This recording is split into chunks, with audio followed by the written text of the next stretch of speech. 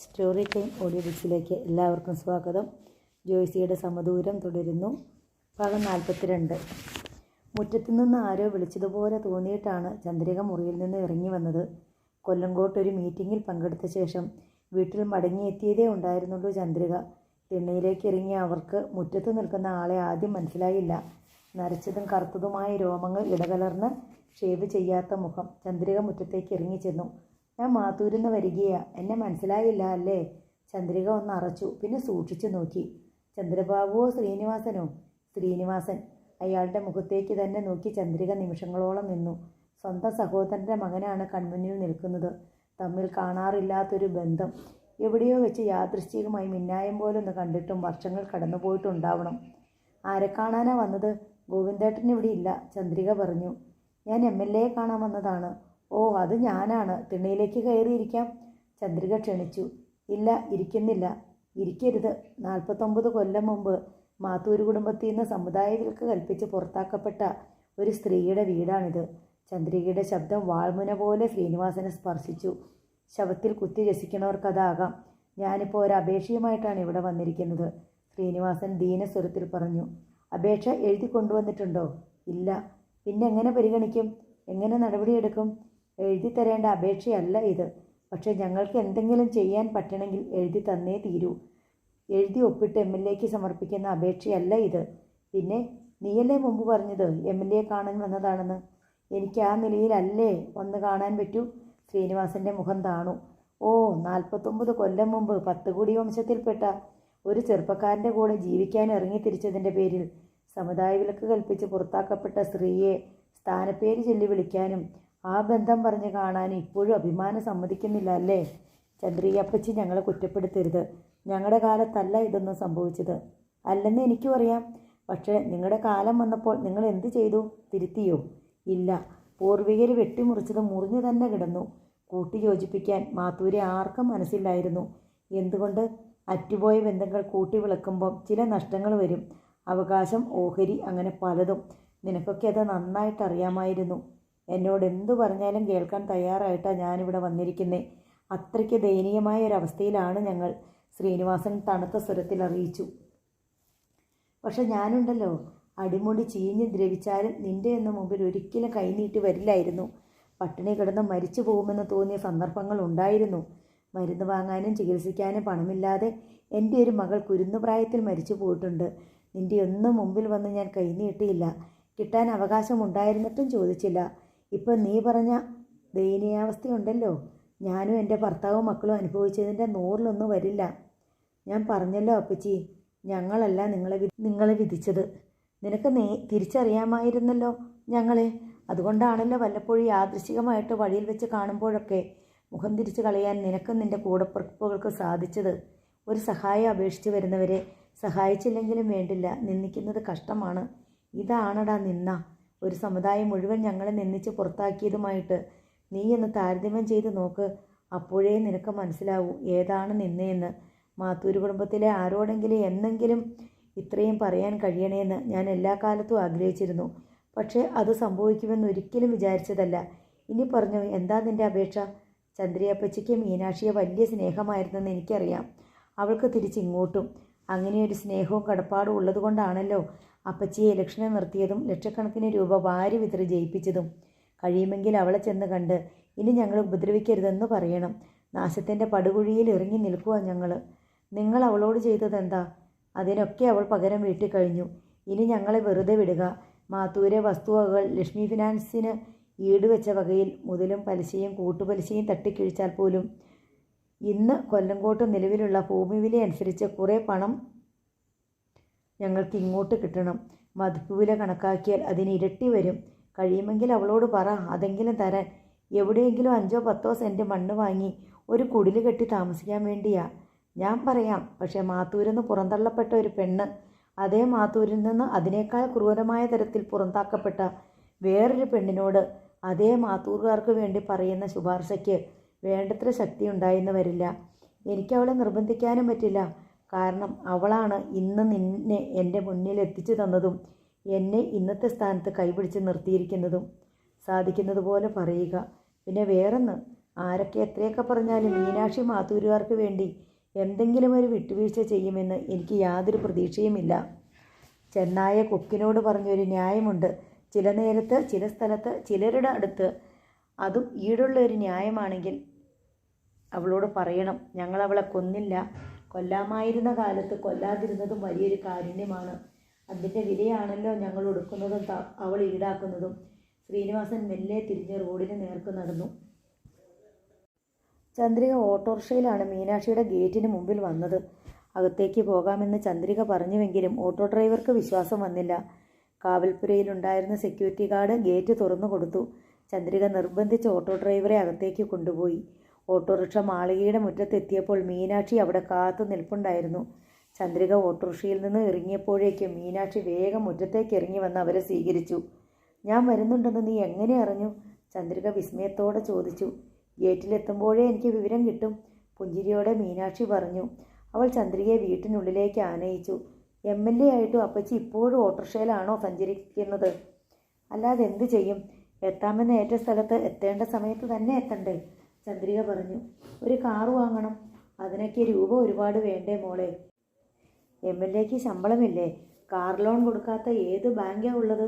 ശമ്പളത്തിൽ നിന്ന് കുറേശ്ശെ അടച്ചാൽ പോരെ? എൻ്റെ ശമ്പളം ഓട്ടോക്കൂലിക്ക് തികയാറില്ല. ആളുകൾ ഓരോരോ ആവശ്യങ്ങൾക്ക് വിളിക്കുന്നിടത്തെല്ലാം ചെല്ലണ്ടേ?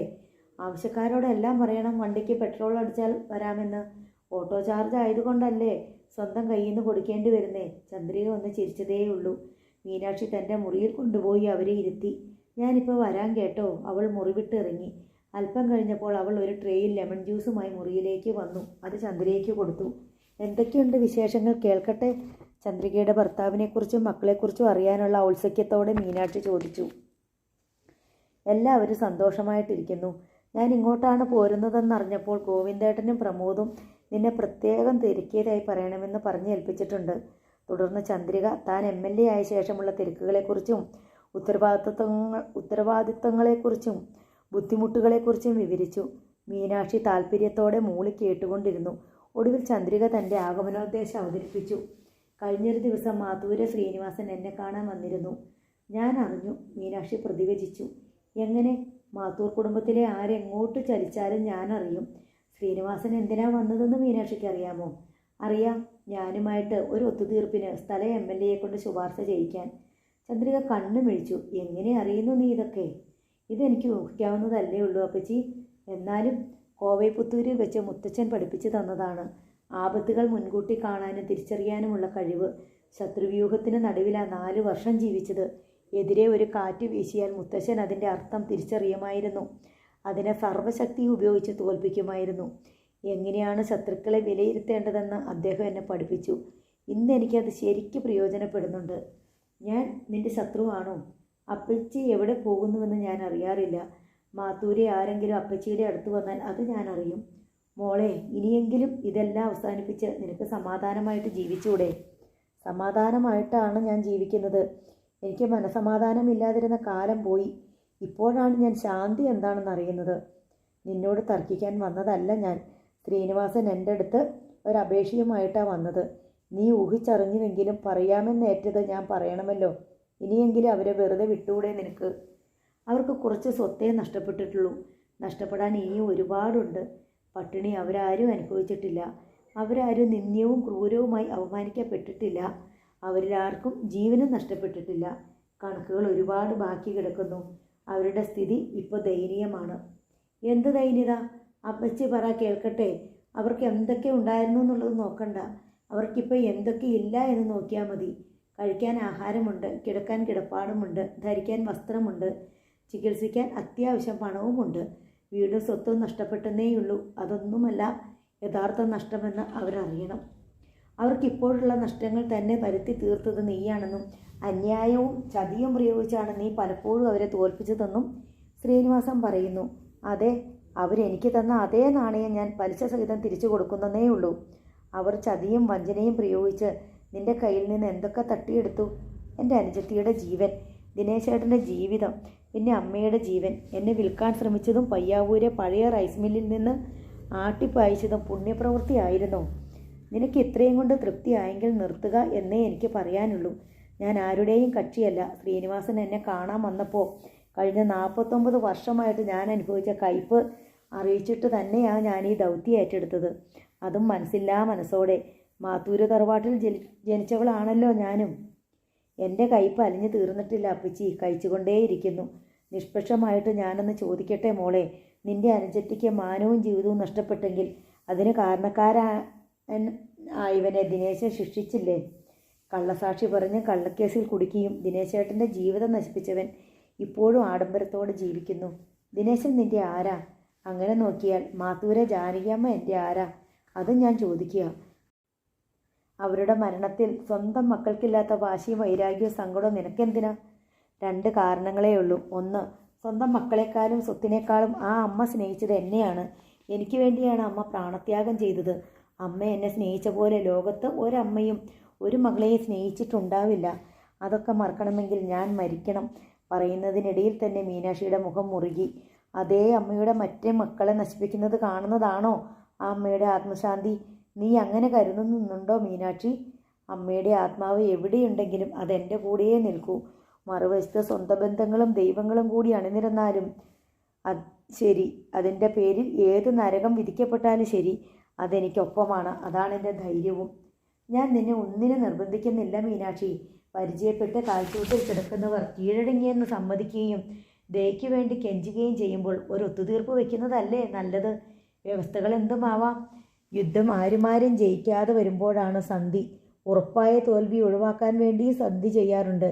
ഇവിടെ എൻ്റെ എതിർകക്ഷി തോറ്റു തുന്നം പാടിക്കഴിഞ്ഞു. എനിക്ക് സന്ധിയില്ല, പരിപൂർണമായ കീഴടങ്ങലാണ് ആവശ്യം.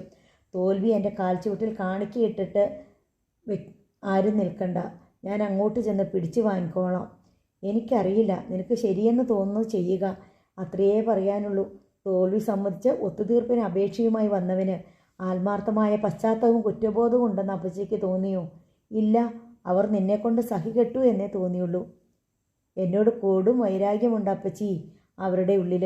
ഞാൻ അവരുടെ മുമ്പിൽ ചെന്ന് തലകുനിച്ച് നിൽക്കട്ടെ? ഒറ്റ വെട്ടിന് അവരെൻ്റെ കഴുത്ത് മുറിക്കും. എന്നോട് ആ മട്ടിലൊരു ന്യായം പറഞ്ഞു ശ്രീനിവാസൻ. ചെന്നായ കൊക്കിനോട് കാണിച്ച ദയ അവർ നിന്നോടും കാട്ടിയിട്ടുണ്ടത്രേ. മനസ്സിലായി? കൊക്ക് ചെന്നായുടെ തൊണ്ടയിലെ മുള്ളെടുത്ത് മാറ്റുമ്പോൾ വേണമെങ്കിൽ ചെന്നായ്ക്ക് കൊക്കിൻ്റെ തല കടിച്ചെടുക്കാമായിരുന്നു. ചെന്നായ അത് ചെയ്തില്ല. അത് ശരിയാണ് അപ്പച്ചി. അവരെന്നെ വിഷം കുടിപ്പിച്ചോ കഴുത്തിൽ കല്ല് കെട്ടി താഴ്ത്തിയോ കൊന്നില്ല. ആ ന്യായത്തിന് മറുപടി പറയാനും എനിക്കൊരു ദിവസം കിട്ടും. ശ്രീനിവാസൻ അപേക്ഷിച്ചതനുസരിച്ച് ഞാൻ നിന്നെ വന്ന് കണ്ടു. ഞാനിവിടെ നിർത്തുന്നു. ചന്ദ്രിക ആ വിഷയം അവസാനിപ്പിച്ചു. അപ്പച്ചിക്ക് അച്ചമ്മയെ കാണണ്ടേ? മീനാക്ഷി ചോദിച്ചു. അവൾ തന്നെ ചന്ദ്രികയെ മാധവിയമ്മയുടെ മുറിയിൽ കൊണ്ടുപോയി. മാധവിയമ്മയ്ക്ക് ഇത്തവണ അല്പം ക്ഷീണമായിരുന്നു. എങ്കിലും അവർ ചന്ദ്രികയെ തിരിച്ചറിഞ്ഞു. അവർ എഴുന്നേറ്റ് നടന്ന് ചന്ദ്രികയുടെ അടുത്ത് വരികയും പേര് വിളിച്ച് സംസാരിക്കുകയും ചെയ്തു. അച്ചമ്മയ്ക്ക് ക്ഷീണമാ, പ്രായം കൂടി വരികയല്ലേ? മീനാക്ഷി പറഞ്ഞു. ഉച്ചയൂണുകൂടി കഴിഞ്ഞാണ് അവൾ ചന്ദ്രികയെ വിട്ടയച്ചത്. കാർ പോർച്ച് വരെ മീനാക്ഷിയും കൂടെ പോയി. പുതിയൊരു വെള്ള മാരുതി ആൾട്ടോ കാർ പോർച്ചിൽ കിടപ്പുണ്ടായിരുന്നു. അതിൻ്റെ സീറ്റുകൾ പൊതിഞ്ഞ പ്ലാസ്റ്റിക് ചുളുങ്ങുക പോലും ചെയ്തിരുന്നില്ല. അപ്പച്ചി അതിൽ കയറി പൊയ്ക്കോ, മീനാക്ഷി പറഞ്ഞു. ഞാൻ റോഡിലോട്ട് ഇറങ്ങിയിട്ട് വല്ല ഓട്ടോറിക്ഷയിലും പൊയ്ക്കോളാം. അതൊന്നും വേണ്ട, ഡ്രൈവർ വീട്ടിൽ കൊണ്ടുവിടും. മീനാക്ഷി ഷടിച്ചു. അവൾ തന്നെ ഡോർ തുറന്നു പിടിച്ചു കൊടുത്തു. ചന്ദ്രിക കാറിൽ കയറിയിരുന്നു. കാത്തുനിന്ന ഡ്രൈവർ ഡ്രൈവിംഗ് സീറ്റിലും കയറി. വല്ലപ്പോഴും വരണം, മീനാക്ഷി പുഞ്ചിരിയോടെ പറഞ്ഞു. ഞാൻ ഇടയ്ക്കിടയ്ക്ക് അങ്ങോട്ടും വരാം. ചന്ദ്രിക തലകുലുക്കി. മീനാക്ഷി അടയാളം കാട്ടിയതനുസരിച്ച് ഡ്രൈവർ വണ്ടി മുന്നോട്ടെടുത്തു. അത് ഗേറ്റിന് നേർക്ക് ഓടിപ്പോകുന്നത് നോക്കി മീനാക്ഷി ഉരുളൻ തൂണുകളുള്ള വിസ്താരമേറിയ ചുറ്റുവരാന്തിയിൽ നിന്നു. ചന്ദ്രികയും കൊണ്ട് കാർ ചേപ്പലോട്ടുള്ള വീട്ടുമുറ്റത്തെത്തി. ചന്ദ്രിക ഡോർ തുറന്നിറങ്ങി. കൂടെ ഡ്രൈവറും ഇറങ്ങി. ഡാഷ്ബോർഡിൽ സൂക്ഷിച്ചിരുന്ന ഒരു കവർ എടുത്ത് ഡ്രൈവർ കാറിൻ്റെ സ്വിച്ച് കീ അതിനുള്ളിലിട്ടു. അത് ചന്ദ്രികയുടെ നേർക്ക് നീട്ടി. ഇതെന്താ? ചന്ദ്രിക അമ്പരന്നു. ഇത് വാങ്ങ്, അയാൾ പ്രേരിപ്പിച്ചു. ചന്ദ്രികയ്ക്ക് കാര്യം മനസ്സിലായില്ലെങ്കിലും കവർ വാങ്ങി. ഇതിവിടെ തന്നിട്ട് പോരാൻ മാഡം പ്രത്യേകം പറഞ്ഞേൽപ്പിച്ചു. ഈ താക്കോൽ മാത്രമല്ല, ഈ വണ്ടി പുതിയ വണ്ടിയാ. ചേച്ചി ഓട്ടോറിക്ഷയിൽ വരുന്നത് കണ്ടിട്ട് മാഡം അപ്പോൾ തന്നെ പാലക്കാട്ട് ആളെ അയച്ച് വാങ്ങിപ്പിച്ചതാ. രജിസ്ട്രേഷൻ നമ്പറും ബുക്കും ഇൻഷുറൻസും കാർഡും കിട്ടാൻ 2 ദിവസം താമസിക്കും. സാരമില്ല, എല്ലാം ഇവിടെ എത്തിക്കോളും. ചന്ദ്രിക സ്തബ്ധയായി നിൽക്കെ. ഡ്രൈവർ തിരിഞ്ഞു നടന്നു. അപ്പം ഈ കാറിനി ഇവിടുത്തെ കാറാ, സ്വന്തം, പോട്ടെ. അയാൾ വയലിന് നടുവിലെ റോഡിലൂടെ നടന്നു പോയിക്കൊണ്ടിരുന്നു. ചന്ദ്രികയുടെ കൃഷ്ണമണികളെ നീർപ്പോളുകൾ വന്നു പൊതിഞ്ഞു. അവർ തിരിഞ്ഞ കാറിന് നേർക്ക് നോക്കി. പിന്നെ കയ്യിലിരുന്ന കവറിലേക്കും. പാലക്കാട്ട് പോയി തിരിച്ചു വന്നതായിരുന്നു ശ്രീനിവാസൻ. കൊല്ലങ്കോട്ടു നിന്നും നടന്ന് വിയർത്തൊലിച്ച് അയാൾ കയറി വരുന്നത് കണ്ടപ്പോൾ കൃഷ്ണകുമാരിക്ക് സമാധാനമായി. ഭർത്താവ് വീട്ടിൽ നിന്നിറങ്ങിയാൽ തിരിച്ചു വരുമോ ഇല്ലയോ എന്ന് നിശ്ചയമില്ല. മീനാക്ഷിയുടെ പ്രതികാര ഖഡ്ഗം എപ്പോഴാണ് തൻ്റെ ഭർത്താവിൻ്റെ ശിരസിന് മേൽ വീഴുന്നതെന്ന് ഭയന്നിരിക്കുകയാണ് കൃഷ്ണകുമാരി. ഗീതാമണിയും അംബികയും ആ ഭവനത്തിനുള്ളിൽ നിശബ്ദമായ അഭ്യർത്ഥികളാണ്. രഘുവരന് മാത്രമേ ഉള്ളൂ നിസ്സംഗത. വലിയ വലിയ ഭാഗ്യങ്ങൾ വരട്ടെ, സ്വാഗതം. ദുരന്തങ്ങളും വരട്ടെ, സ്വാഗതം. മരണദൂതൻ കൊലക്കയറുമായി എത്തട്ടെ, ഓ സ്വാഗതം. ഞാൻ അഡ്വക്കേറ്റിനെ കണ്ടു. ഒരു തോർത്തുകൊണ്ട് നെറ്റിയിലെയും കഴുത്തിലെയും വിയർപ്പൊപ്പിക്കൊണ്ട് ശ്രീനിവാസൻ രഘുവരനോട് പറഞ്ഞു. എന്നിട്ട് അറിയാൻ താല്പര്യമില്ലാത്ത സ്വരത്തിൽ രഘുവരൻ ചോദിച്ചു. റീ ഇൻവെസ്റ്റിഗേഷൻ വരുന്നു എന്നുള്ളത് ശരിയാ? സുപ്രീം കോടതിയിൽ നിന്നുള്ള ഉത്തരവാ? വരട്ടെ. സാക്ഷിമൊഴിയൊക്കെ വീണ്ടും ചോദിക്കും. പിന്നെയും സാക്ഷികളെ സാക്ഷിപ്പട്ടികയിൽ ചേർക്കും. നമ്മൾ എന്ത് നിലപാടെടുക്കണമെന്ന് നീ ആലോചിച്ചോ? ഞാൻ ഒന്നും ആലോചിച്ചില്ല. കൃഷ്ണകുമാരി ശ്രീനിവാസന് കുടിക്കാൻ വെള്ളം കൊണ്ടുവന്ന് കൊടുത്തു. മീനാക്ഷിക്കെതിരെ ഇനി ഒന്നും പറഞ്ഞേക്കല്ലേ? കൃഷ്ണകുമാരി അപേക്ഷാഭാവത്തിൽ രണ്ടുപേരെയും മാറി മാറി നോക്കി. ഇപ്പോൾ ഒരുമാതിരി സമാധാനപ്പെട്ടിരിക്കുകയാണെന്ന് തോന്നുന്നു. അവൾക്കെതിരെ ഓരോന്ന് പറഞ്ഞും ചെയ്തും ഇനി അവളുടെ വൈരാഗ്യം കുത്തിയിളക്കല്ലേ. എങ്ങനെയെങ്കിലും ഒന്ന് ജീവിച്ചു പോയാൽ മതി. മക്കളിപ്പോൾ സന്തോഷമായിട്ട് കഴിയുന്നുണ്ടല്ലോ. നമ്മൾ വല്ലതും ചെയ്തിട്ട് അവൾ അവർക്കെതിരെ കൂടി തിരിഞ്ഞാൽ ഇത് ഞങ്ങൾ ആലോചിച്ച് തീരുമാനിച്ചോളാം. നീ പോ, ശ്രീനിവാസൻ ഭാര്യയോട് പറഞ്ഞു. ആലോചിച്ചും തീരുമാനിച്ച് ഇപ്പോൾ കിടപ്പാടം പോലും ഇല്ലാത്ത സ്ഥിതി വരെ എത്തിയല്ലോ. ശ്രീനിവാസൻ കൈവലിച്ച് കൃഷ്ണകുമാരിയുടെ ചെകിട്ടത്തൊന്ന് പൊട്ടിച്ചു. കൃഷ്ണകുമാരി ഞെട്ടിപ്പോയി. ഇത് ആദ്യത്തെ അടിയാണ്. അടിക്കാൻ അതിനേക്കാൾ സ്തോഭജനകമായ 100 കണക്കിന് പ്രസ്താവനകൾ ഭർത്താവിന് മുന്നിൽ നടത്തിയിട്ടുണ്ട് കൃഷ്ണകുമാരി. അന്നെല്ലാം അതിശക്തമാംവിധം ആത്മസംയമനം പാലിക്കുകയാണ് ശ്രീനിവാസൻ ചെയ്തിട്ടുള്ളത്. ഇപ്പോൾ ഒരു നിസ്സാര കാര്യത്തിന് അടിയേറ്റ വേദനയേക്കാൾ നടുക്കമായിരുന്നു കൃഷ്ണകുമാരിക്ക്. നമ്മൾ എന്ത് നിലപാടെടുക്കണമെന്ന് ശ്രീനിയേട്ടൻ തീരുമാനിച്ചാൽ മതി. ഞാനല്ലല്ലോ സംഭവങ്ങൾക്ക് ദൃക്സാക്ഷി. മൊഴികൊടുക്കേണ്ടതും ഞാനല്ല, ശ്രീനിവാസൻ ശാന്തസ്വരത്തിൽ പറഞ്ഞു. എന്നെ അടിച്ചതും അടികൊണ്ടതും ഒരു ഈച്ചയെ അടിച്ചതുപോലെ വിസ്മരിക്കപ്പെട്ടു എന്ന് കൃഷ്ണകുമാരിക്ക് മനസ്സിലായി. അവൾ നിറകണ്ണുകളോടെ പിൻവാങ്ങി. മീനാക്ഷിക്ക് അനുകൂലമായിട്ട് നിന്നാൽ ഒരുപക്ഷെ ഇനി അവൾ ഉപദ്രവിക്കാതിരുന്നേക്കും, ശ്രീനിവാസൻ പറഞ്ഞു. പക്ഷെ ബലിക്കള സുരേന്ദ്രനെതിരായിട്ട് വരും. ജലജയുടെ അച്ഛനാണല്ലോ അത്. ജലജയാണെങ്കിൽ പിണങ്ങിപ്പോയിരിക്കുന്നു.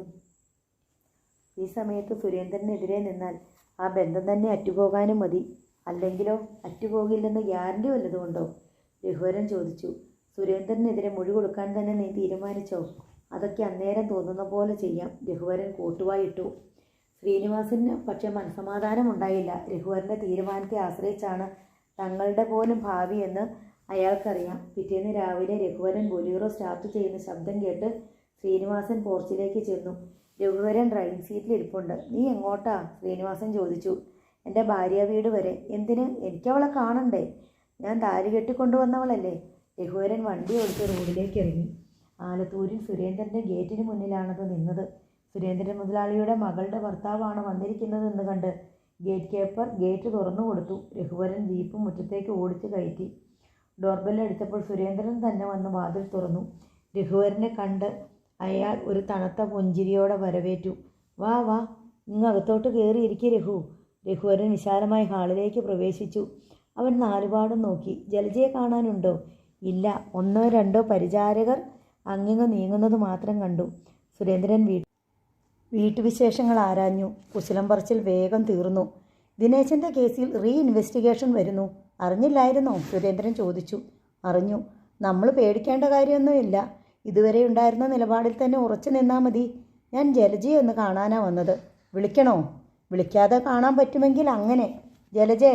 മുകളിലത്തെ ബാൽക്കണിയിലേക്ക് നോക്കി സുരേന്ദ്രൻ ഉറക്കെ വിളിച്ചു. ഏതാനും നിമിഷങ്ങൾക്കകം ഒരു സെൽഫോൺ കാതോട് ചേർത്ത് പിടിച്ചുകൊണ്ട് അവൾ ബാൽക്കണിയിൽ പ്രത്യക്ഷപ്പെട്ടു. എന്താച്ചാ? രഘു കാണാൻ വന്നിരിക്കുന്നു. അവൾ ഫോണിലൂടെ സംസാരിക്കുകയും ചിരിക്കുകയും ചെയ്തുകൊണ്ട് ബാൽക്കണിയിലൂടെ 4-5 ചാൽ നടന്നു. പിന്നെ പൊട്ടിച്ചിരിച്ചുകൊണ്ട് സ്റ്റെയർ കേസ് ഇറങ്ങി. അപ്പോഴും സെൽഫോൺ വലത് ചെവിയിൽ തന്നെ. പിന്നെ വിളിക്കാട്ടോ. Thank you. Bye bye. ഹാളിലെത്തിയതും അവൾ സെൽഫോൺ ഓഫ് ചെയ്തു. രഘുവരൻ അവളെ സൂക്ഷിച്ചു നോക്കി. ഉല്ലാസവതി, കൂട് തുറന്നു വിട്ട പക്ഷിയെപ്പോലെ. ഒരു കോളേജ് കുമാരിയുടെ വേഷഭൂഷാദികൾ. പ്രായവും അത്രയേ തോന്നൂ. രഘുവരൻ എന്നെ കാണാൻ വന്നതാണോ? അവൾ ചോദിച്ചു. അതെ, കാണാൻ മാത്രമല്ല, തിരികെ വിളിച്ചുകൊണ്ട് പോകാനും. ഞാൻ വരുന്നില്ല. നീ എൻ്റെ ഭാര്യയാണ്, അത് മറക്കരുത്. എൻ്റെ ഭർത്താവിൻ്റെ സ്ഥാനം രാജിവെച്ചൊഴിയാൻ ഞാൻ എന്ത് നഷ്ടപരിഹാരം തരണം? അവൾ കഴുത്തിലെ മംഗല്യച്ചാരുടെ ചൂണ്ടുവിരലിൽ ഉയർത്തി കാട്ടിക്കൊണ്ട് ചോദിച്ചു. രഘുവരൻ സുരേന്ദ്രനെയും ജലജിയെയും മാറി മാറി നോക്കി. നീ എന്താ ഇങ്ങനെയൊക്കെ സംസാരിക്കുന്നേ? എന്താ നിന്റെ പ്രശ്നം? അവൻ ജലജിയോട് ചോദിച്ചു. എനിക്കിപ്പോൾ ഒരു പ്രശ്നവുമില്ല, അതാണെൻ്റെ പ്രശ്നം. ഒരു തമാശ പറയും പോലെ അവൾ പറഞ്ഞു. നീ എൻ്റെ കൂടെ എൻ്റെ വീട്ടിൽ വന്ന് താമസിക്കേണ്ടവളല്ലേ? അങ്ങനെ ആയിരുന്നല്ലോ ഇതുവരെ. ഇനി കുറേ കാലം അങ്ങനെ അല്ലാതെ ജീവിച്ച് നോക്കട്ടെ. എത്ര കാലം? കാലാവധിയൊന്നും പറയാൻ പറ്റില്ല. അതെന്താ? രഘുവരൻ്റെ കൂടെ താമസിച്ച് എനിക്ക് ജീവിതം തന്നെ മടുത്തു. ആത്മഹത്യ ചെയ്താലോ എന്ന് വരെ എനിക്ക് തോന്നിയിട്ടുണ്ട്. ബലിക്കള സുരേന്ദ്രൻ ചില സ്വാർത്ഥ താല്പര്യങ്ങൾ സംരക്ഷിക്കാൻ വേണ്ടി സ്വന്തം മകളുടെ ജീവിതം മാത്തൂരിലേക്ക് ബലി കൊടുത്തതായിരുന്നുവല്ലോ നമ്മൾ തമ്മിലുള്ള കല്യാണം. ജലജ മൂർച്ചയോടെ അച്ഛനെ നോക്കി. സുരേന്ദ്രൻ തെല്ലൊരമ്പരപ്പിൽ അവളെയും നോക്കി. ഇനി അച്ഛന് മാത്തൂരിൽ വലിയ സ്ഥാപിത താല്പര്യങ്ങളൊന്നും ശേഷിക്കുന്നില്ല. എൻ്റെ ജീവിതം വെച്ച് നടത്തിയ ഈ ചൂതുകളി ഒന്ന് അവസാനിച്ച് കിട്ടിയാൽ മതിയെന്നേ ഉള്ളൂ എനിക്ക്. അച്ഛൻ നിർബന്ധിച്ചാൽ ഇനി ഒരു അഡ്ജസ്റ്റ്മെൻറ്റിന് ഞാൻ തയ്യാറുമല്ല. നീ എന്താ ഉദ്ദേശിക്കുന്നത്? എനിക്ക് മനസ്സിലായില്ല. ചെളിയിലായിരുന്നു ഞാൻ ഇതുവരെ. ഇപ്പം എന്നെ തന്നെ ഒന്ന് റീഫ്രഷ് ചെയ്യുകയാണ് ഇവിടെ. ആ പഴയ ചെളിയിലേക്ക് എന്നെ വലിച്ചിടരുത്. രഘുവരൻ അമ്പരപ്പോടെ സുരേന്ദ്രൻ്റെ നേർക്ക് മുഖം തിരിച്ചു. അച്ഛൻ എന്താ ഒന്നും മിണ്ടാത്ത? ഇവൾ എന്തൊക്കെയായി പറയുന്നേ? അവൾ എന്തെങ്കിലും പറയട്ടെ. എന്നെപ്പറ്റി പറഞ്ഞത് നീ കേട്ടില്ലേ? നമുക്ക് പുറത്തെവിടെയെങ്കിലും പോയിരുന്ന് സംസാരിക്കാം. മുതലമടയിൽ എൻ്റെ ഒരു ഫാം ഹൗസ് ഉണ്ട്, അവിടെ പോകാം. അല്ലെങ്കിൽ ഏതെങ്കിലും ഹോട്ടലിൽ. ഞാൻ ഇവളെ വിളിച്ചുകൊണ്ട് പോകാൻ വന്നതാ. ഇവിടെ ഇരുന്ന് സംസാരിക്കാൻ എന്താ ബുദ്ധിമുട്ട്? നീ വിളിച്ചാൽ അവൾ വരുന്നില്ലെങ്കിൽ എന്ത് ചെയ്യും? വരാതിരിക്കാനൊരു കാരണം വേണ്ടേ? അതാ പറഞ്ഞത് നമുക്ക് പുറത്തിരിക്കാമെന്ന്. വാ. സുരേന്ദ്രൻ എഴുന്നേറ്റു. അയാൾ വീടിന് പുറത്തേക്ക് നടന്നു. രഘുവരൻ ജലജയെ നോക്കി. അവൾ സെൽഫോൺ കാതോട് ചേർത്ത് സ്റ്റെയർ കേസ് കയറി തുടങ്ങി. രഘുവരൻ വീടിന് വെളിയിലേക്ക് ഇറങ്ങി. സുരേന്ദ്രൻ കാർ ഇറക്കി. രഘുവരനോട് പിന്നാലെ വരാൻ ആംഗ്യം കാണിച്ചിട്ട് അയാൾ മുമ്പേ കാർ ഓടിച്ചു പോയി. രഘുവരൻ ബൊലീറോ ഓടിച്ച് അയാളെ പിന്തുടർന്നു. മുതലമടയിലെ ഫാം ഹൗസിൻ്റെ അങ്കണത്തിൽ വണ്ടികൾ പാർക്ക് ചെയ്തിട്ട് അവർ അകത്തേക്ക് കയറി. സുരേന്ദ്രൻ തൻ്റെ ബെഡ്റൂമിലേക്ക് രഘുവരനെ ക്ഷണിച്ചു. നിനക്ക് കഴിക്കാൻ എന്താ വേണ്ടത്? ഹോട്ട് ഡ്രിങ്ക്സ്, വിസ്കി, ബ്രാൻഡി, ജിൻ, റം അല്ലെങ്കിൽ ബിയർ? ഫ്രിഡ്ജും ഓവനും ഒക്കെയുള്ള ആ മുറിയിലെ സജ്ജീകരണങ്ങൾ രഘുവരനെ അതിശയിപ്പിച്ചു. ഇതെൻ്റെ ഒരു സ്വകാര്യ സ്ഥലമാണ്. 3 സാഹചര്യങ്ങളിലേ ഞാനിവിടെ വരാറുള്ളൂ. സുരേന്ദ്രൻ തുടർന്നു. 1 ഒറ്റയ്ക്കിരിക്കണമെന്ന് തോന്നുമ്പോൾ. 2 അടുത്ത സുഹൃത്തുക്കളുമൊത്ത് കമ്പനി കൂടണമെന്ന് തോന്നുമ്പോൾ. അയാൾ ചെറിയ അലമാര തുറന്ന് അതിനുള്ളിൽ നിന്നും മദ്യക്കുപ്പികൾ എടുത്ത് ടീപ്പോയിമേൽ വെച്ചു. ഫ്രിഡ്ജിൽ നിന്നും തണുത്ത സോഡയും എടുത്തു. 3ാമത്തെ സാഹചര്യം പറഞ്ഞില്ല. രഘുവരൻ ഓർമ്മിപ്പിച്ചു. നമ്മളെ ആശ്വസിപ്പിക്കാൻ ഒരു സ്ത്രീ വേണമെന്ന് തോന്നുമ്പോഴും ഇവിടെ വരും. അയാൾ ഒരു കള്ളച്ചിരിയോടെ സുരേന്ദ്രൻ പറഞ്ഞു. രഘുവരൻ അയാളോട് വെറുപ്പ് തോന്നി. അത് ആ തുറന്നു പറച്ചിലിൻ്റെ രീതി കൊണ്ടോ അയാളുടെ സ്ത്രീ സമ്പർക്കം അറിഞ്ഞിട്ടുള്ള അനിഷ്ടം കൊണ്ടോ ആയിരുന്നില്ല. അയാളുടെ ചിരിയും നോട്ടവും ഇരിപ്പും എല്ലാം പരിഹാസ്യവും നിന്ദ്യവുമാണെന്ന് അവന് തോന്നി. ഒരു വിഗ്രഹം മനസ്സിൽ ഉടഞ്ഞു വീണ പോലെ തോന്നി. ഏതാനും നിമിഷങ്ങൾക്ക് മുമ്പ് വരെ ബലിക്കള സുരേന്ദ്രനുണ്ടായിരുന്ന ഗാംഭീര്യത്തിൻ്റെ താങ്ങും തൂണും തകർന്നു കിടക്കുന്നു. രഘുവരൻ്റെയും തൻ്റെയും ഗ്ലാസുകൾ കൃത്യ അളവിൽ അയാൾ മദ്യം പകർന്നുകൊണ്ടിരുന്നു. ഇന്നൊരു കോക്ടെയിൽ ആയിക്കോട്ടെ, അയാൾ ആത്മകഥം പോലെ പറഞ്ഞു. എഴുന്നേറ്റ് പോയി AC ഓൺ ചെയ്തിട്ട് അയാൾ തിരികെ വന്നിരുന്നു. രഘുവരൻ്റെ മുന്നിലേക്ക് ഗ്ലാസ് നീക്കി വെച്ച് കൊടുത്തു. കഴിക്ക്, സുരേന്ദ്രൻ പ്രോത്സാഹിപ്പിച്ചു. അയാൾ തൻ്റെ ഗ്ലാസ് എടുത്ത് സിപ്പ് ചെയ്യുകയും ചെയ്തു. രഘുവും ജലജമോളും തമ്മിൽ അത്ര രസത്തിലല്ല അല്ലേ? എനിക്ക് രസക്കുറവൊന്നുമില്ല. അവൾക്കെന്തോ രഘുവിനെ വിട്ടു പോന്നിട്ട് വലിയൊരു സന്തോഷവും സ്വാതന്ത്ര്യവും കിട്ടിയതുപോലെയാണ്. ജയിലിൽ നിന്ന് തുറന്നു വിട്ട മട്ട്. ആവശ്യത്തിലധികം സന്തോഷ സ്വാതന്ത്ര്യവും അച്ഛൻ അവൾക്ക് അനുവദിച്ചു കൊടുത്തു കാണും. എന്നാലും ഭാര്യമാർ അങ്ങനെയാണോ? ഭർത്താവിനെ വിട്ട് താമസിക്കുന്നതാണ് കൂടുതൽ സന്തോഷവും സൗഖ്യവും എന്ന് ഭാര്യയ്ക്ക് തോന്നിയാൽ എന്താ അതിനർത്ഥം? അങ്ങനെ ഒരു ദാമ്പത്യത്തിന് എന്താ ഈട്? ഞാൻ അവളെ ദ്രോഹിച്ചിട്ടില്ല. എനിക്ക് അവളോട് വെറുപ്പോ വിദ്വേഷമോ ഇല്ല. ധാരാളം പണമുണ്ടായിരുന്ന കാലത്ത് കൊടുക്കാവുന്നത്ര ആഡംബരങ്ങൾ അവൾക്ക് കൊടുത്തിട്ടുമുണ്ട്. അവൾ ആഗ്രഹിച്ച സ്ഥലങ്ങളിൽ കൊണ്ടുപോവുകയും ഇഷ്ടമുള്ള വസ്ത്രങ്ങളും ആഭരണങ്ങളും ഇഷ്ടമുള്ള ആഹാരപദാർത്ഥങ്ങളും വാങ്ങിക്കൊടുത്തിട്ടുമുണ്ട്. ആദ്യകാലത്ത് എല്ലാവരും അങ്ങനെയൊക്കെ ചെയ്യും. പക്ഷെ അതുകൊണ്ട് എല്ലാമായോ? രഘു, ഞാനങ്ങ് തുറന്നു പറയുകയാണ്. നിങ്ങളുമായുള്ള സെക്സ് അവൾ ഇഷ്ടപ്പെടുന്നില്ല. നിങ്ങളുടെ ശരീരഗന്ധം, അത് നല്ലതോ ചീത്തയോ എന്തായിരുന്നാലും ശരി, അത് അവൾ ഇഷ്ടപ്പെടുന്നില്ല. നിങ്ങളുടെ രാവെളുക്കുവോളമുള്ള കൂർക്കമ്പലി അവൾ ഇഷ്ടപ്പെടുന്നില്ല.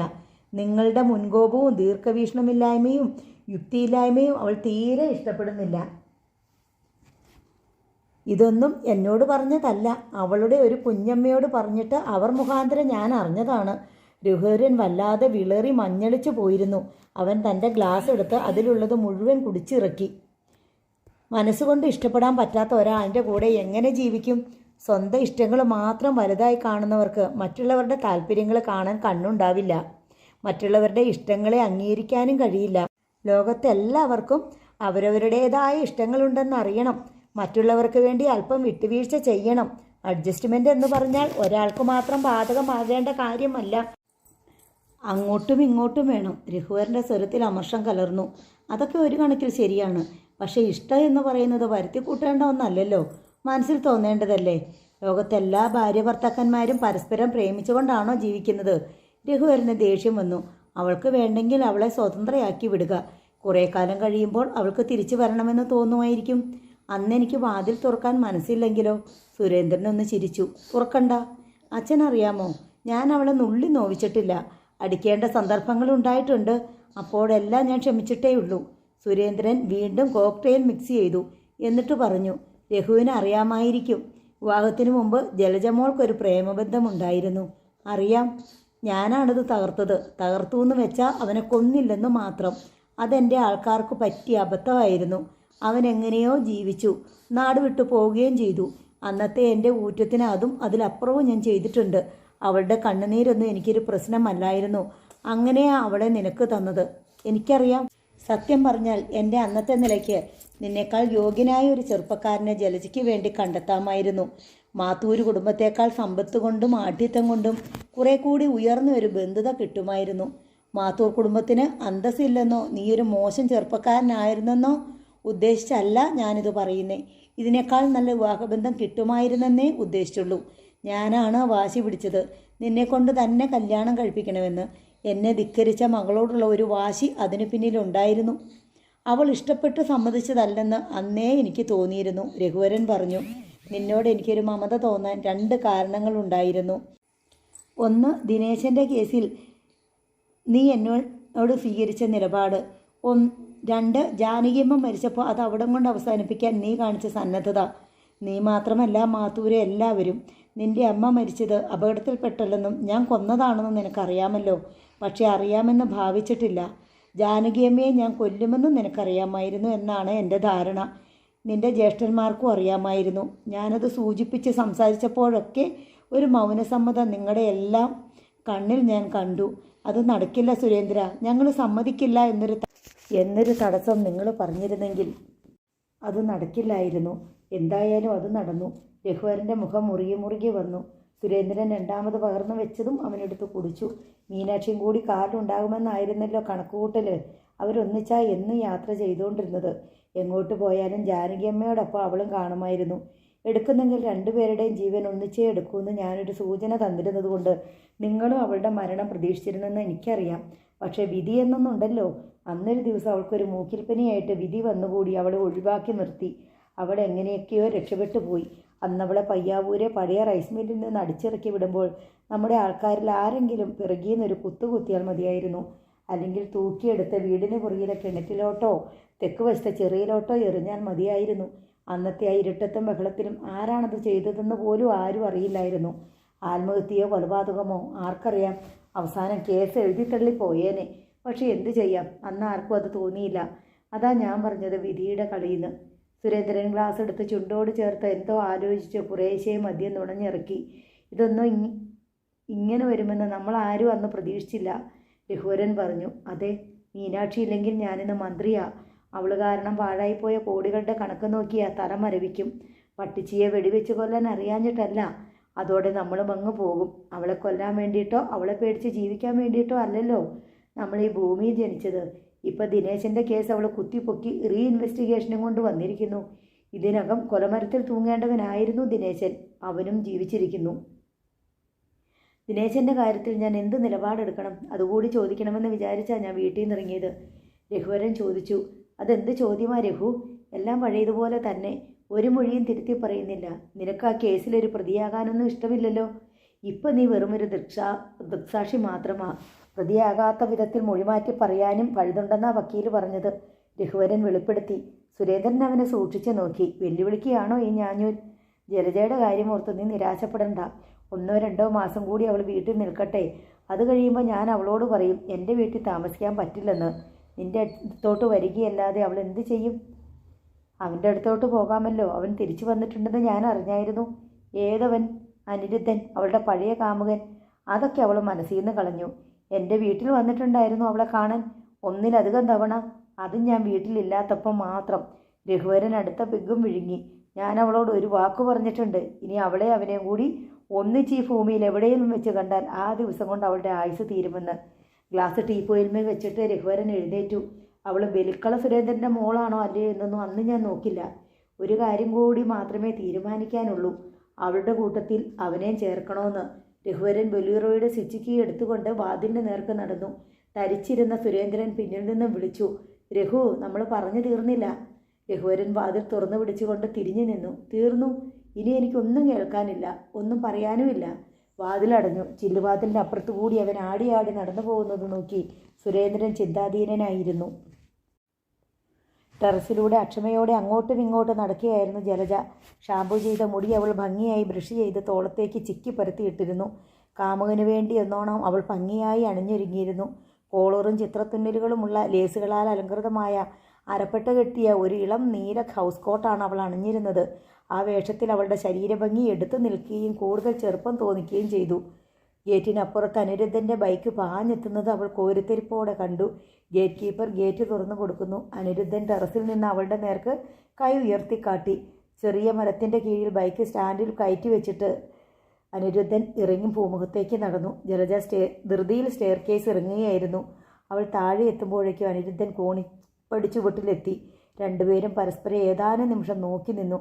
ആരെങ്കിലും കാണുമോ എന്ന് ജലജ ചുറ്റും നോക്കുമ്പോഴേക്കും അവൾ അയാളുടെ കരവലയത്തിനുള്ളിൽ അമർന്നു കഴിഞ്ഞിരുന്നു. അസ്ഥികൾ ഞെരിയും വിധമുള്ള ഒരു ആലിംഗനം, പ്രാണവായു നിലച്ചുപോയൊരു ചുംബനം. ഒരു ആട്ടിൻകുട്ടി എന്ന പോലെ അവളെ തോളത്തിട്ടുകൊണ്ട് അനിരുദ്ധൻ കോണിപ്പടി കയറിക്കൊണ്ടിരുന്നു. അങ്ങനെ അമർന്ന് കിടന്നുകൊണ്ട് അവൾ ഹാളിലേക്ക് നോക്കി. അടുക്കള ജോലിക്കാരി ഡൈനിങ് റൂമിൻ്റെ വാതിൽക്കലും തൂപ്പുകാരി ഹാളിൻ്റെ മൂലയ്ക്കലും കണ്ണുമിഴിച്ച് നോക്കി നിൽക്കുന്നു. ജലജയ്ക്ക് ഒരു കൂസലുമില്ലായിരുന്നു. അച്ഛനും കൂടി ഇപ്പോൾ ഇവിടെ വേണ്ടിയിരുന്നുവെന്ന് അഭിമാനത്തോടെ അവൾ ഓർത്തു. ബാൽക്കണിയിൽ എത്തിയിട്ട് അനിരുദ്ധൻ അവളെ താഴെ നിർത്തി. അയാൾ കിതയ്ക്കുന്നുണ്ടായിരുന്നു. എവിടെയാണ് നിൻ്റെ ബെഡ്റൂം? അയാൾ ആകാംക്ഷയോടെ ചോദിച്ചു. അവൾ ഒരു വാതിലിൻ്റെ നേർക്ക് വിരൽ ചൂണ്ടി. നമുക്കിവിടെ എവിടെയെങ്കിലും ഇരിക്കാം. അനിരുദ്ധൻ അതിന് മറുപടി പറയാതെ അവൾ കോരിയെടുത്ത് കഴുത്തണ്ടയിൽ കിടത്തിക്കൊണ്ട് അവൾ ചൂണ്ടിക്കാണിച്ച വാതിലിൽ തുറന്നകത്തേക്ക് പ്രവേശിച്ചു. വാതിൽ അയാൾ പിൻകാൽ കൊണ്ട് ചവിട്ടിയടിച്ചു. ജലജിയെ ബെഡിൽ കിടത്തിയ ശേഷം അനിരുദ്ധൻ നിലത്ത് മുട്ടുകുത്തി. അവളുടെ മുഖം ഇടത് കൈമടക്കിലെടുത്ത് ഒരു പാനപാത്രം എന്ന പോലെ തൻ്റെ മുഖത്തോട് ചേർത്തു. അയാളുടെ വലത് കൈ അവളുടെ ശരീരത്തിലൂടെ പരതി തുടങ്ങിയപ്പോൾ അവൾ കുതറി. അനിയേട്ട, പ്ലീസ്, അരുത്, അവൾ കിതപ്പോടെ കെഞ്ചി. അതൊരു മൽപ്പിടുത്തത്തിൻ്റെ തുടക്കമായി. കുതറി ചവിട്ടിക്കുതിച്ച് മാറിയ ജലജയെ അയാൾ വലിച്ചു നിലത്തിട്ടു. മൽപ്പിടുത്തം ഏതാണ്ടൊരു കളി പോലെയായി. ജലജ ഇടയ്ക്ക് കുതിറിക്കൊണ്ട് കരയുകയും ചിലപ്പോൾ ചിരിക്കുകയും ചെയ്തു. ഒരു വേള അവൾ പിടഞ്ഞെണീറ്റ് മുറിയിലൂടെ ഓടി. അവൾ വാതിൽ തുറക്കുമ്പോഴേക്കും അനിരുദ്ധൻ പിന്നാലെ വന്ന് പിടികൂടി. അവൾ വാതിലിനപ്പുറത്തേക്ക് ചാടിക്കഴിഞ്ഞിരുന്നുവെങ്കിലും അനിരുദ്ധൻ അവളുടെ ഹൗസ് കോട്ടിൽ പിടുത്തം കിട്ടി. അവളെ അകത്തേക്ക് വലിക്കുന്നതിനിടയിൽ ഹൗസ് കോട്ട് കഴുത്ത് മുതൽ പാദം വരെ നെടുകെ കീറിപ്പിളർന്നു. ഞെട്ടിപ്പോയ ജലജ ചാടി അകത്തു കയറി. അനിരുദ്ധൻ അവളെ വാരി പുണർന്നു. വാതിൽ ഒരിക്കൽ കൂടി ചവിട്ടിയടയ്ക്കുകയും ചെയ്തു. ഹൗസ് കോട്ട് തോളത്തുകൂടി ഊർന്നു താഴെ വീണതോടെ ജലജ ഒരു പൂച്ചയെപ്പോലെ കണ്ണടച്ച് അനിരുദ്ധൻ്റെ കൈപ്പൂട്ടിനുള്ളിൽ പതുങ്ങിക്കൂടി. ആശ്ലേഷത്തിനും ആവേശത്തിനും ഒരു ഭംഗവും വരാത്ത വിധം പോയിക്കാലിൽ നടക്കുന്നവരെ പോലെ അവർ കിടക്കെന്ന ശക്തിസാന്ദ്രമായ വൻ ചുഴിയിലേക്ക് ആകർഷിക്കപ്പെട്ട് പോയിക്കൊണ്ടിരുന്നു. രജിസ്റ്റേർഡ് തപാലുമായി പോസ്റ്റ്മാൻ വീട്ടിലേക്ക് വരുന്നത് കണ്ട് കൃഷ്ണകുമാരി സിറ്റൗട്ടിൽ നിന്നും തെല്ലുറക്കെ വിളിച്ചു. ശ്രീനിയേട്ടാ. ശ്രീനിവാസൻ അകത്തു നിന്ന് ഇറങ്ങി വന്നു.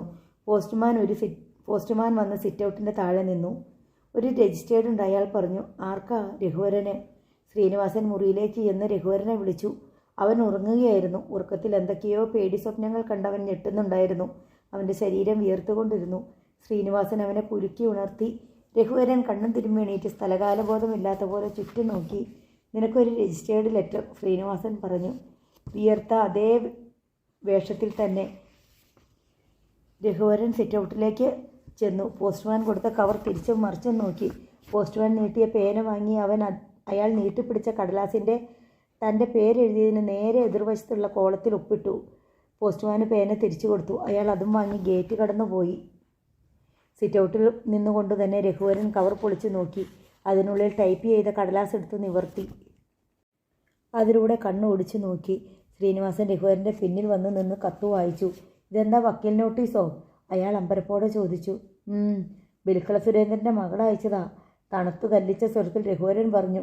അവൾക്ക് വിവാഹബന്ധം വേർപെടുത്തണമെന്ന്. ശ്രീനിവാസൻ വിശ്വസിക്കാനാവാതെ അന്താളിച്ച് നിന്നു. ഒലീറോ ജീപ്പ് ഇത്തവണ ഗേറ്റിന് പുറത്താണ് രഘുവരൻ നിർത്തിയത്. വിക്കറ്റ് ഗേറ്റ് തുറന്ന് അകത്ത് പ്രവേശിച്ചപ്പോൾ ഗേറ്റ് കീപ്പർ ഓടി വന്ന് പറഞ്ഞു, സാർ, ഗേറ്റ് തുറക്കാം. രഘുവരൻ അത് കേട്ടുവെന്ന് പോലും തോന്നിച്ചില്ല. കൊടുങ്കാറ്റിനെതിരെ എന്ന പോലെ അവൻ നടന്നു പോയിക്കൊണ്ടിരുന്നു. ഊണ് കഴിഞ്ഞ് ഒരു സിഗരറ്റ് കൊളുത്തി വലിച്ചുകൊണ്ട് ഹാളിലൂടെ നടക്കുകയായിരുന്നു സുരേന്ദ്രൻ. സിഗരറ്റ് വലിച്ചു തീർന്നിട്ട് വേണം അയാൾക്ക് കിടന്നൊന്ന് മയങ്ങാൻ. ഡോർബെൽ ശബ്ദിക്കുന്നത് കേട്ട് അയാൾ ചെന്ന് വാതിൽ തുറന്നു. രഘുവരൻ ഭൂതാവേശിതനെ പോലെ തുറച്ചു നോക്കി നിൽക്കുന്നത് കണ്ട് അയാൾ ആശ്ചര്യപ്പെട്ടു. ജലജയുണ്ടോ ഇവിടെ? അവൻ മുഖമുരയൊന്നും കൂടാതെ ചോദിച്ചു.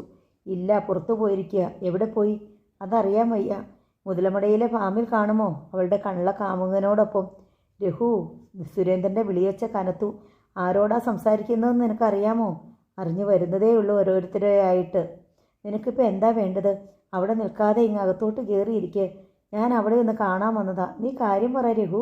എനിക്കൊരു രജിസ്റ്റേർഡ് തപാൽ കിട്ടി ഇന്ന് രാവിലെ. അവൻ ഇടതുകൈയിൽ പിടിച്ചിരുന്ന ബ്രൗൺ ലോങ് കവർ സുരേന്ദ്രൻ്റെ നേർക്ക് നീട്ടി. സുരേന്ദ്രൻ അത് വാങ്ങി. കവറിനുള്ളിൽ നിന്നും വക്കീൽ നോട്ടീസ് പുറത്തെടുത്ത് ഓടിച്ച് വായിച്ചു നോക്കി. അയാളുടെ മുഖം വിവരണമാകുന്നതും ചുണ്ടുകൾ മുറുകുന്നതും ചെന്നിയിൽ ഞരമ്പുകൾ പിടയുന്നതും രഘുവരൻ കണ്ടു. വായിച്ചു തീർന്നിട്ട് അയാൾ രഘുവരനെ നോക്കി ശാന്തസ്വരത്തിൽ പറഞ്ഞു, നിന്റെ വണ്ടി എവിടെ? ഗേറ്റിന് പുറത്ത്. അകത്തോട്ട് കയറ്റി ഇടന്നിട്ട് വാ, സംസാരിക്കാം. അകത്താണോ പുറത്താണോ സ്ഥാനമെന്ന് അറിഞ്ഞിട്ടേയുള്ളൂ ബാക്കി കാര്യങ്ങൾ. ഇവളെന്തോ തടസ്സം ഒപ്പിച്ചതാ രഘു നിന്നെ ശടിപ്പിക്കാൻ. അച്ഛനറിയാതെയാണോ എങ്കിൽ? അതോ അറിഞ്ഞുകൊണ്ടായിരുന്നോ? ഞാനിങ്ങനെ സംഗതി ആലോചിച്ചിട്ട് പോലുമില്ല. അച്ഛൻ ഇതിന് കൂട്ടു നിൽക്കുമോ ഇല്ലയോ? ഒരിക്കലുമില്ല. വാക്ക് പറഞ്ഞാൽ വാക്കായിരിക്കണം. പക്ഷേ അവൾ നിൻ്റെ അടുത്ത് തിരിച്ചു വരാൻ കുറച്ച് താമസിക്കും. അച്ഛൻ അവളെ വിളിക്ക്, സംസാരിക്ക്.